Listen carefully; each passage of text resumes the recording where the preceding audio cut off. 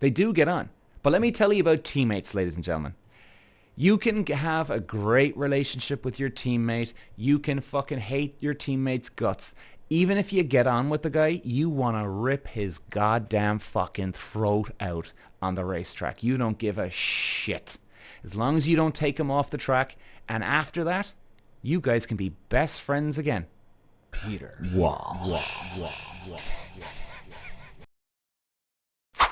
All right, ladies and gents, we are back with Formula One Drive to Survive. It's so cool, guys. And you know, before we continue, if this is your first episode that you're hearing about Formula One, reaction, should I say, of Drive to Survive and how good it is, it's fucking real. If you don't know me, first time tuning in, plugging in, where am I getting plugging in from? I was a race car driver for 13 years, guys. Behind the scenes, I know all the stories, all the ins and outs. I know every fucking political angle, corruption angle, fair angle. I know racing. And I can tell you this, somebody even asked me the other day, is Drive to Survive that fucking real, Peter? Because they heard one of my episodes. Now, guys, just to, keep you up to date, this is episode 3. I've done Season 1, I've done Season 1, Episode 1 and 2 already. We're gonna react to, I suppose, a highlights episode of every episode in Drive to Survive, and this is now Episode 3 of Season 1. And the reason why we're doing this is because this is a good time because the Formula 1 season is about to start in about 2 months' time. But I think it's a really good one because I'm trying to do my very, very best to be useful to you guys out there, where I'm trying to give you as much as I can, the behind the scenes information, a little bit more information I'm calling bullshit on certain things. Oh, that's actually bullshit. No, that's actually fucking real. Because everything I've seen in Drive to Survive, everything I've seen, there's been nothing new that I've went, oh my God, I've never seen that in racing. I've seen it all. And I know, in fact, it's almost scary how Netflix have been really good at this, guys. They honestly, they're fucking awesome. I would say 80 to, again, this kind of percentages changes depending on which episode I'm watching, but I would say 80 to 85% of Netflix Drive to Survive, in general, is real. A lot of people think it's bullshit. A lot of people think the drivers are actually actors, believe it or not. I don't know where they're getting that one from. I really don't. But hey, some people think that they're not actors. Now, yes, they can put on a bit of a show and dance on an interview or something on a normal TV program or even Netflix, but they're actually real, skilled drivers. God's honest truth. And they've done an unbelievable job. Brilliant job. And it's great, the politics, the bitching, the corruption, like I was saying. We're only getting started, baby, because this is now getting onto the on-ramp of where all the shit is going to hit the fan with the action. It's really starting to warm up now. And this is what I love about Season 1, Episode 3. So guys, by the way, yeah, just before we continue, check it out. Check out the Season 1, Episode 1 and 2 as well, guys. And we're going to go through all of them as we go along. Even throughout the year, even when the Formula 1 season starts, we're going to keep going with this. And yeah, we're going to call bullshit on certain things. I'm going to tell you if it's true or not. I'm going to tell you what the driver feels like. For instance, even the manager now. We met Carlos Sainz's manager there in Episode 2. So a lot of people don't know what a manager does, but I'll tell you exactly what a manager does. Okay, so I'll help you out as much as I can. So let's get to Episode 3. I keep saying Season 3 for Episode 3. Anyway, sorry guys, I hope I'm not confusing you here. Okay, so for Episode 3, we start off right into the shit. They start off with Christian Horner, pissed off from Ricciardo and Verstappen having their big collision in Azerbaijan. Now, understandably so for a team owner, because the last thing you want to see as a team owner is your two boys fucking taking each other out of the race. And I'm telling you now, guys, that is one big fucking no-no. No team owner wants to see their two boys colliding. It's embarrassing. It genuinely is embarrassing, and it's soul destroying because the teams are trying to score points for the championship. And the two boys had a big collision and they just fucked away 25 points, I think, plus, I think, was it 15? They fucked away about 40 points between the two of them. I mean, ridiculous. Absolutely crazy. There was no need for it. They're under team orders that don't take each other out. So right at the start, Christian Horner is not acting, I can tell you that for a fact, because I know a lot of team owners. He ain't acting when he says he was very pissed off. And you could see it. He's almost even, it's even worse. He's even trying to put on almost a politeness about his reaction. And that's the thing about racing drivers, guys. You might hate your teammate, okay? Normally, in any team, whether it's karting all the way up to Formula 1, you'll have, on average, you'll have 2 drivers per team. Sometimes in the lower levels, like Formula Ford or karting or Formula 3 maybe even, you may have 3 drivers. But normally it's 2. And it almost goes without fucking saying here.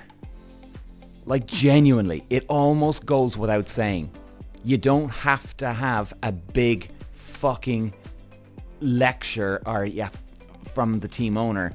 You don't have to give a big speech to the drivers at the start of the year, because it goes without fucking saying you don't take off your teammate. Now, sometimes maybe team bosses will actually do it because they've had seriously bad experiences with other drivers in their team all the way through the years, so they're probably paranoid, and understandably so that they'd be very paranoid. And then some team owners will just jump in when they have a collision, and then all of us, okay, hey boys, whoa. Or sometimes they'll even come up with, okay guys, look, the two of you are aggressive boys, you're on first and second on the grid, just don't take each other out. You know, it won't be a big lecture, but it'll be like, just guys, just good luck, may the best man win, just don't take each other off, boys, okay?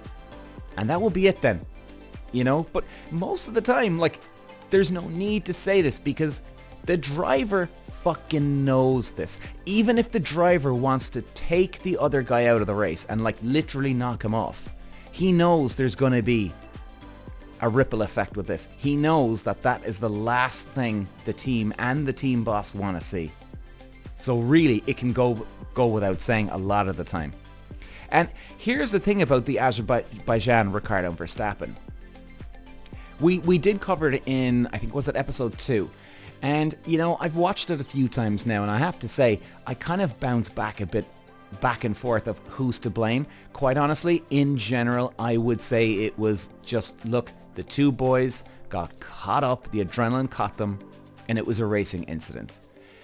Sometimes I'm like 60% it was Verstappen's fault, then I'm like, actually no, I would say it's 60% Ricciardo's fault. But you know what? It's so hard to nail it.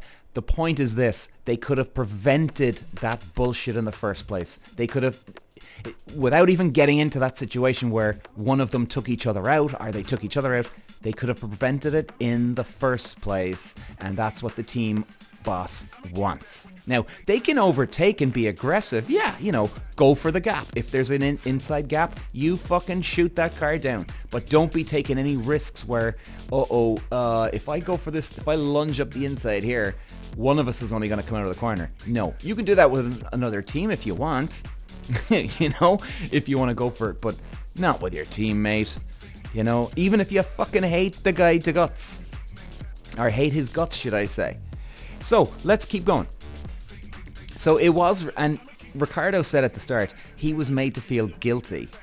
Now, we're going to talk about more about that, why he was feeling guilty, and I'll just cover it very quickly here, highlight almost. He's not the number one driver. Verstappen is the number one driver, and what you had there was Red Bull protecting their golden boy Verstappen and putting the blame on Ricciardo. It was not on. It was not fucking on. Because, like I said, you could have prevented that crash in Azerbaijan The two boys couldn't have got into it in the first place. Verstappen could have stayed out of it. Ricciardo could have stayed out of it. Though both of them could have stayed out of the fucking scenario. But yet, Ricciardo got the blame. And that is a true fucking story, ladies and gentlemen. If you're not the number one driver, and if you have a collision with their number one driver, the shit can really come down on top of you, because if the team had to decide between one guy finishing and one guy crashing, they're going to pick the number one driver every day. Every fucking day. So, definitely I can see why Ricciardo was made feel guilty. I even had that scenario before in Canada, where I was in racing in Formula 2000 in Canada, and I was the number two driver. They were trying to pretend to me that I was the number one, which was total bollocks. And they were a French-Canadian team. They had a French-Canadian driver driving for them. He was their golden boy. And I remember in practice, it was really getting down to it now, because this guy looked at me as a threat. I was beating him in a few races. He didn't like this. He was meant to be the number one golden boy. And all of a sudden, we're in practice one day. We're going down a main straight. I'm literally slipstreaming behind this other guy to try and just get a good lap time and get in behind him, get a tow, slipstream down the straight. My teammate is behind me, and he's weaving all around the place, okay? I can see him in the fucking mirrors all around me going, what the hell is he doing? Now, he's not 100 miles an hour quicker than me. In fact, he wasn't even quicker. He was keeping with me. Now, if he was climbing all over me because he was so much quicker and I was holding him up, very understandable. It's like, hey, what the fuck is he doing? What is Peter doing? Like, you know, and maybe making a song and dance. And he was making a song and dance drama over this. And I was like, but it wasn't that scenario. He was just all over me, trying to cause a scene, trying to cause a show, get a bit of attention. Oh, look what Peter's doing, look what Peter's doing. So anyway, we go down at the end of the straight. He makes a kamikaze fucking lunge up the inside of me. This is in practice now, ladies and gentlemen. Nearly risks the two of us crashing. Now, it's practice. I laid off because I saw him just dart up the inside. Now, if this was a race, there's no way I'm backing off. But we need the car to fucking last for the practice race. We need to set the car up. We need to get the car ready. And we need to be ready for qualifying without any crashes. So I'm, okay, let him off. And I'm wondering, what the fuck is he doing? So I just sacrificed one lap, took it easy, and then went for the next lap. Anyway, huge fight afterwards. Team boss, the French-Canadian boss, calls me and the driver in. And he's literally trying to convince me, the team boss, in front of the other driver that it was my fault. I was blocking him up. No, I didn't. I didn't block him. We were going down the main straight. He just went lunging up the inside. And then the team boss turns to me and he says, actually, Peter, he was way faster than you. I went, well, number one, he wasn't way faster than me. Number two, he was staying with me. And number three, even if he was faster, I wasn't blocking him.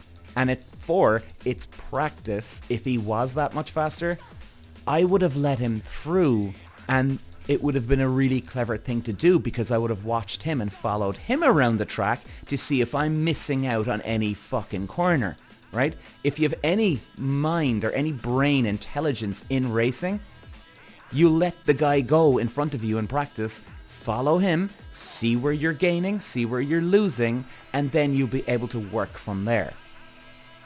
So everything ticked the box for me.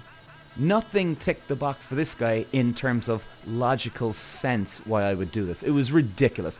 The team boss, this is no joke, ladies and gentlemen. The team boss actually just made up this story. The driver came in at the end, bitched and moaned, and he took his side without seeing anything. And by the way, this was years ago. There was no cameras out on the track. So the team boss didn't even see this, okay? The team boss didn't even see this. He actually tried to convince me that he saw exactly what happened on the track. He saw it with his own eyes, and I'm like, wow. I looked at the team boss. My eyes were about 10 foot long and wide. My mouth was probably genuinely resting on the floor with shock, because I literally knew he was lying. But there was actually a bit of a sense of relief, because I actually knew exactly where I stood right there. Because all throughout the year, and this happens in Formula 1, by the way, all right? This is the politics of motor racing, guys. It's fucking ridiculous. Throughout the year, they're trying to tell me, oh, Peter, no, you're in the same equipment as this guy. You're in the same equipment as him.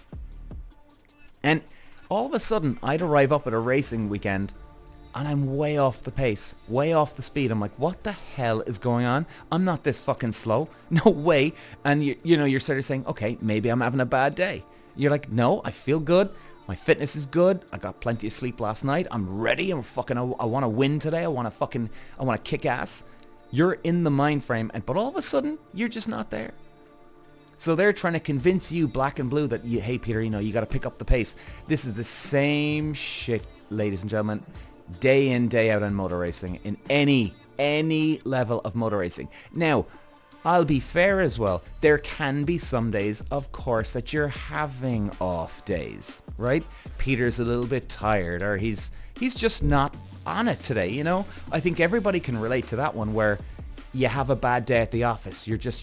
Focus is not right. You're this, you're that. We've all had these days. Just the same for any other racing driver that has ever walked this planet. Seriously. But when you're on it. So anyway, it was a big relief for me back in the day, because I realized exactly, this is exactly what I'm up against now. This guy is actually lying to me and trying to convince me with his bullshit story, even though I'm the one on the track. He didn't see shit because we were on the other side of the track about a mile and a half away, right? Because, you have to remember, some of these racing tracks can be 4 miles long. So he was down at the pit lane. I was way over the other side of the track, and he didn't see shit. So it was a relief. And I think a lot of other racing drivers, if you're in that type of scenario, if you're having doubts that they keep telling me that I'm the number one or number two, or we're both number one, there's no number one over two, or this or that, and all of a sudden you're like, what's going on here? And by the way, we're going to talk about a lot more of this in Drive to Survive, especially with Nikita Mazepin coming up in the next couple of seasons, because that's another such an obvious bullshit story that the team give, and then everything dramatically turns around when the Nikita Mazepin's dad threatens to take out his money out of the team. So anyway, we'll get to that. So guys, anyway, yeah. Again, just a bit of back information that this shit is true. So Ricciardo saying that he was made to feel guilty, this happens a lot with the politics. So after that, we're going to Christian Horner's house. Now Christian, he's at home with his wife and his kids. He's got a couple of pet donkeys out the back in his little farm area or whatever it is. And it's funny because the Netflix crew are the only ones there. There's no other TVs there. They know 100% consciously that they have Netflix there filming them at home. Christian Horner turns to his wife and he calls the two donkeys Ricciardo, Daniel, and Max. Like, who does that? You're the team owner, and you're shitting all over your two drivers on a Netflix TV program. So it's not like, guys, he's forgotten that Netflix are there and it just slipped out. No, they're the only ones there. They're the only TV crew at his house that day. And he's shitting all over his two boys. But again, this is a lot of team owners. Not all of them, by the way, okay? Not all team owners. Because there can be some really, really genuine, classy guys who would never say any bad words about their drivers in public, ever. They'd stand up for them, if anything. Because that's good fucking team spirit. That is really good team spirit. Shitting all over your drivers on Netflix, that's... It's not good, man. It's not good. But then, here's where you see now the start of, does he really favour Max Verstappen more than Ricciardo? He then turns and he's walking away. I think he's walking away from the camera, but Netflix catch what he's saying. And was it Christian says to his wife, Jerry Halliwell, he says, it'd be nice to see Max get a result at Monaco. Really? Now, maybe they edited it out, okay, because, like I said, Netflix Drive to Survive is very accurate, 80 to 85% real. Some parts I think they do dramatize. In other words, they might cut out something, right? Whereas like, for all we know, Christian Horner could have said, look, it'll be great to see Daniel get a result. And then 4 seconds later, he could have said, it would be nice for Max to get a result too. And then they could have just cut out some parts. Do you know what I mean? Or they could have put two different scenes together and it makes people look like they're having a fight when they're actually not even in the same fucking pit garage, or they're not even on the same time and day that when they've recorded both clips. So it can be a little exaggerated there, but you know what? Here, it's good for our entertainment. But unless that's edited, again, it's showing you now where we're going with the number one and number two in the team. So Ricciardo knows he's not number one, and the next scene then boils into where Ricciardo's sitting there with his agent and they're discussing where should they go. Now, we don't know, to be fair now, the exact timeline of when they had this conversation, but if assuming it is around the same time when episode 3 was recorded, it wouldn't surprise me, because I think at this stage, when they got to Monaco, which we're going to cover in a minute, see, episode 3 covers the Monaco race. Now, Monaco's usually in, let's say, May or June, I think, of the summer, so it's at the start of the year. And I think that they had this conversation around that time, so even at the start of the fucking year, they knew that they weren't the number one. They knew that Max was number one, and that was it, their golden boy. So they're even having this discussion this early on in the year. Now, maybe it's wrong, but there is managers and drivers that will actually have this chat early on, depending on how bad the scenario is. I mean, if you really know oh my god, we were conned, boys, we were fucking fooled into thinking we're number one here alongside this other guy, you'll be having this conversation early, because you'll want to get your manager, get him to prepare. Who's he going to talk to? Can he get some time, sit down for a tea and coffee? Like, it takes time to, sit everybody down, because everybody lives in different countries. So, but again, it just shows you, and that's a true story, guys. Ricciardo sitting there with his manager, this shit happens quite a bit. And you can see there's a concerned look on Ricciardo's face. I think the guy feels like he's in a fucking bit of a dead end here somewhere, or something. So then we flash over to the intro. Now we're introduced to Claire Williams. The Williams team, legend of a team, and if many people may know or not, Frank Williams, the original team owner of Williams Racing Team. And Frank, the man himself, absolute legend. Claire is the daughter. She's come on board. I applaud her balls and her drive to go for it. I just don't think she's ruthless enough. And by the way, ladies and gents, I've seen women team owners out there. Even when I was racing in America, there was the Formula Atlantic level after me. And we're going back decades ago here. And there was a team owner, and she had the best team out there. She was brilliant. So, by the way, I'm not saying anything about women team owners, not at all. Just in case anybody's getting a bit fucking flary under the collar here, okay? I'm not. She's just not ruthless enough. And there's plenty of other team bosses that are men who are not ruthless enough either. Frank Williams was a ruthless guy, and he was great. I mean, the man is a legend. I mean, you can tell that Claire Williams wants to win. Of course she does. And I think, and she wants to make her dad proud, which is a really nice thing. And she obviously has a love for motor racing. There's no doubt about it. You wouldn't do all this otherwise. Jesus Christ. But it just didn't work out for her. It just didn't work out. It's a shame. But anyway, we're going to see more of Claire as we go.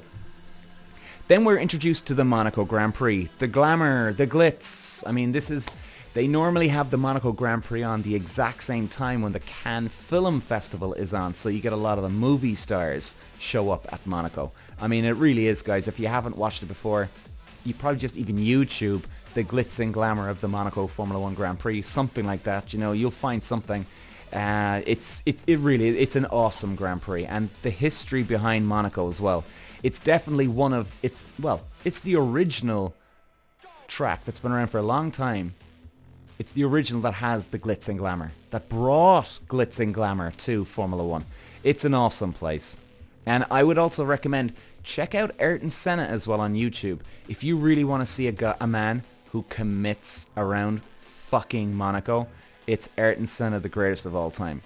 YouTube it, Ayrton Senna qualifying lap in Monaco. He's got a 6-speed gearbox.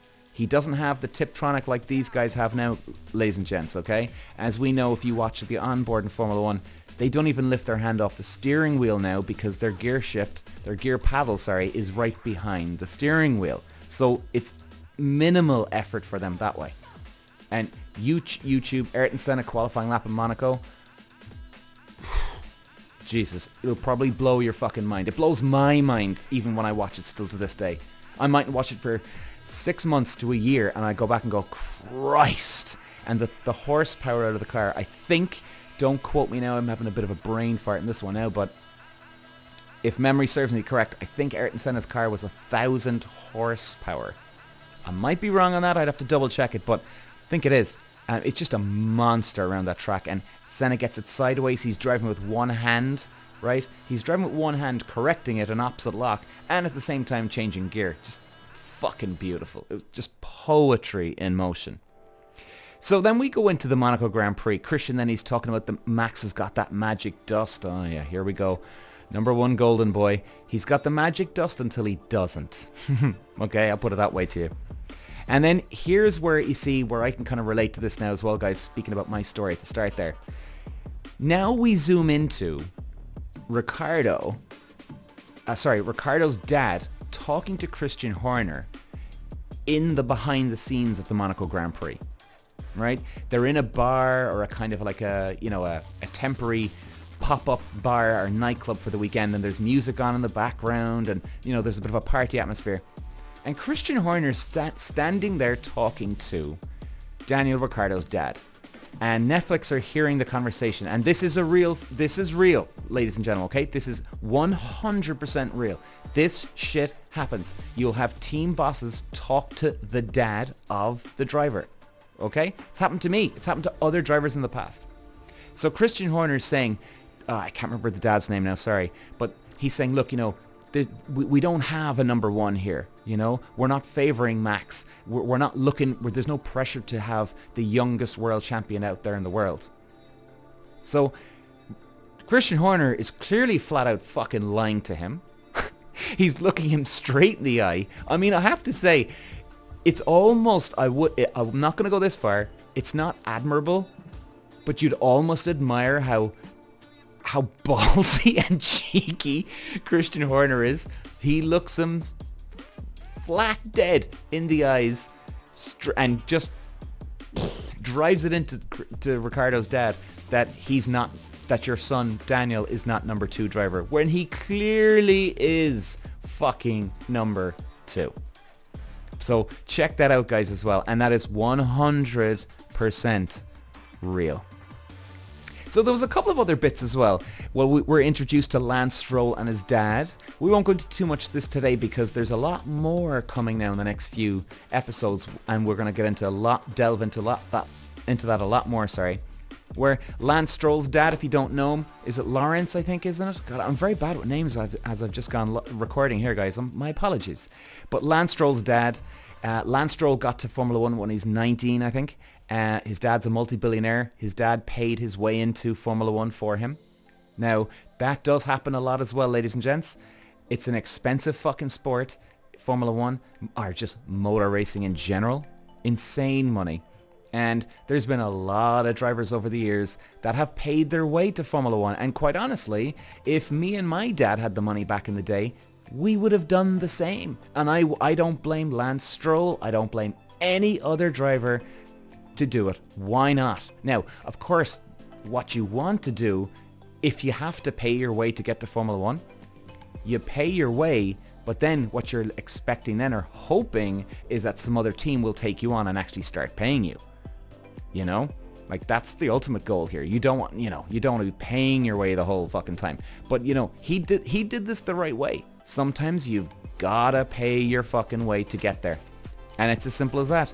So we'll see a lot more of them as we go along in the highlights of each episode.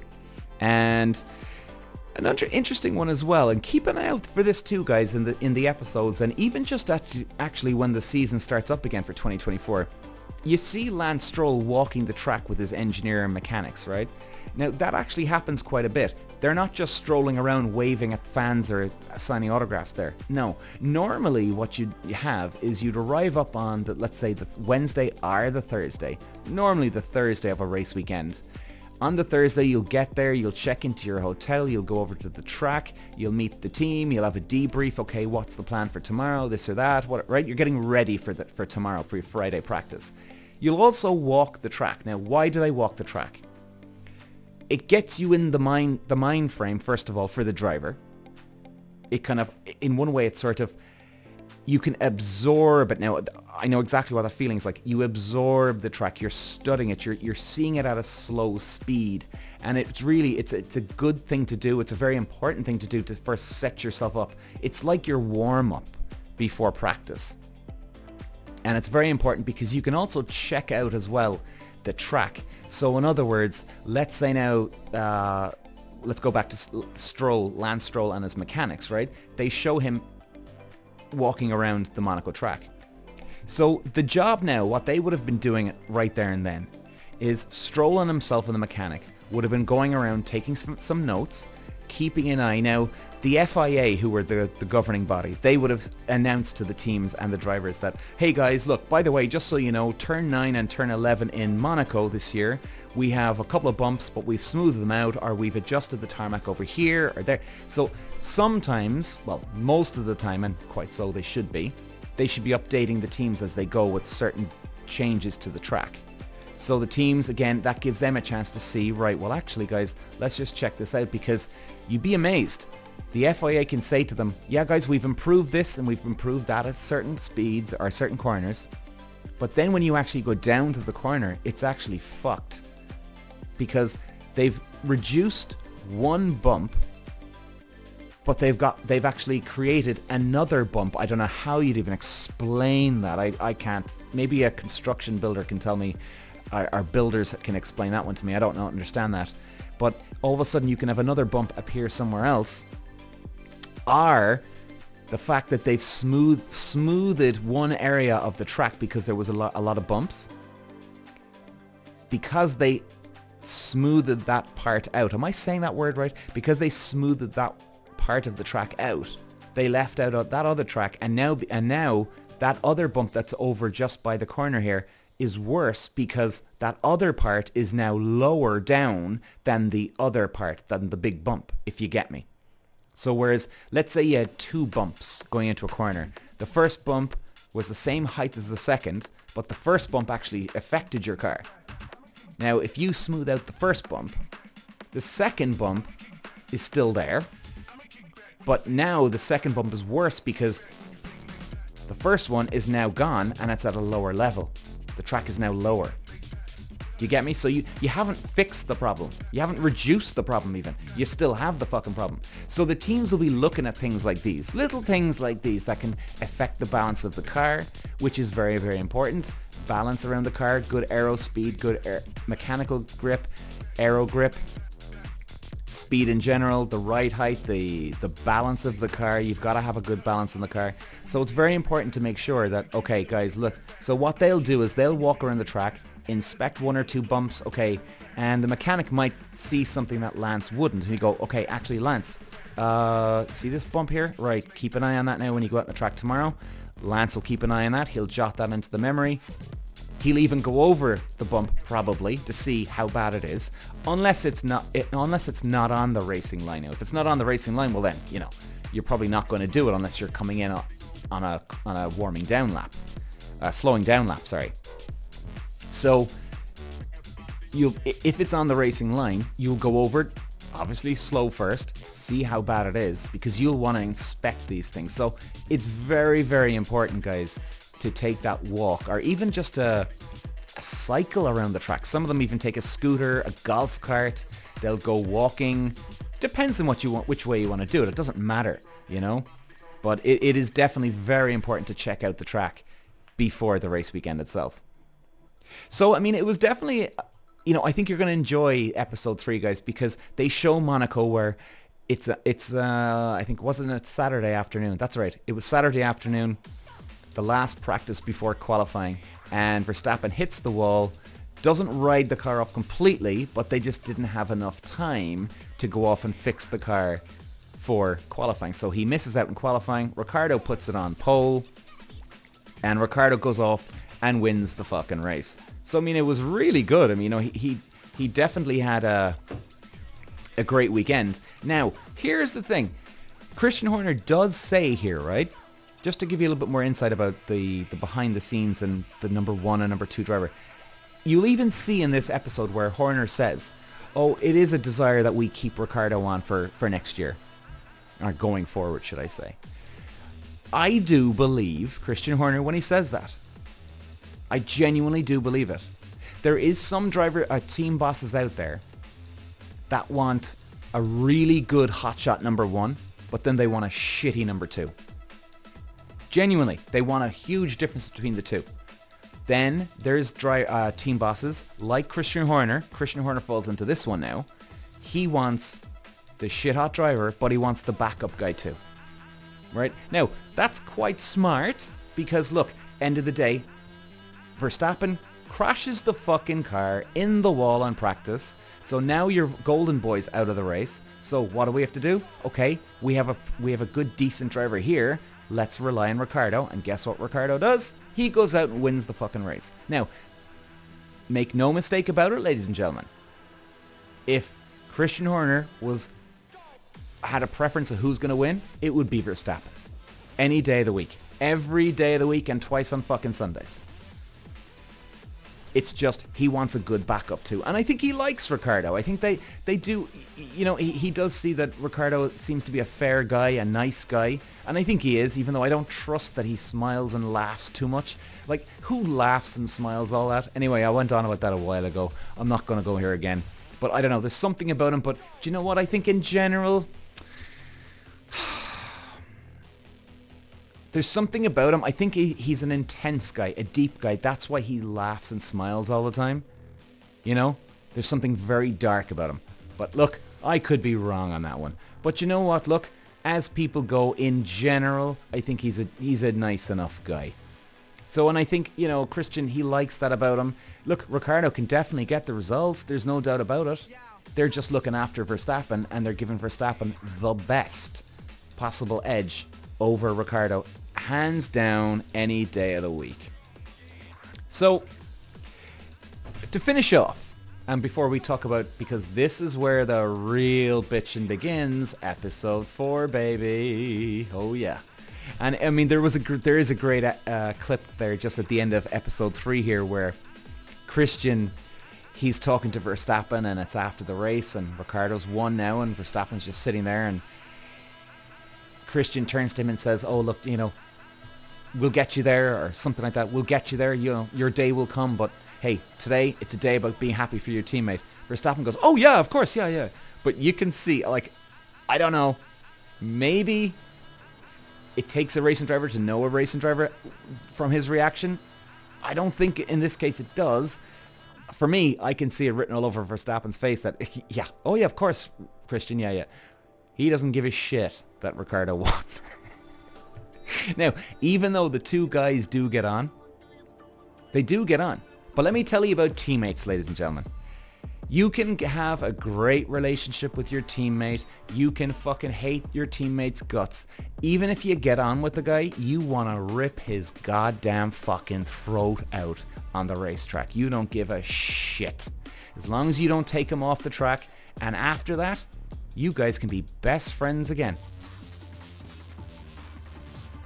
Fact. So, it's understandable, you know, you're competing against each other. Why am I going to give him any favors? You know, unless different scenarios, of course, different stakes. Obviously, you have to judge on the thing. But, you know, end of the day, guys, It's a great episode. It really is. This is the launch pad now. This is the start of the on-ramp here for the drama that's going to unfold coming up with, especially with Christian Horner. I mean, the guy's just pure entertainment. We're going to see a lot more from Gunther Steiner. We're going to see more from Toto Wolff in season 2 mainly, but we're going to see a lot more, guys. And I can tell you this, I've seen Drive to Survive twice, and this is now my 3rd time, but I'm rewatching it episode by episode, and even it was this morning now when I watched episode 3, and now I'm doing the podcast on the same day. So that's what I'm doing. I'm going to watch an episode, and then the exact same day, I'm going to record it, because I'm writing notes as I'm watching it, plus it's fresher in my head, you know, so, but I'm telling you guys, the most real part of Drive to Survive is this. The team owners with their bitching. You wouldn't believe if you met some of these guys in real life. Of course, not every single one of them. Not at all. But most of these guys, holy Jesus, big babies. Anyway, guys, talk to you later. Bye-bye. Peter. Walsh.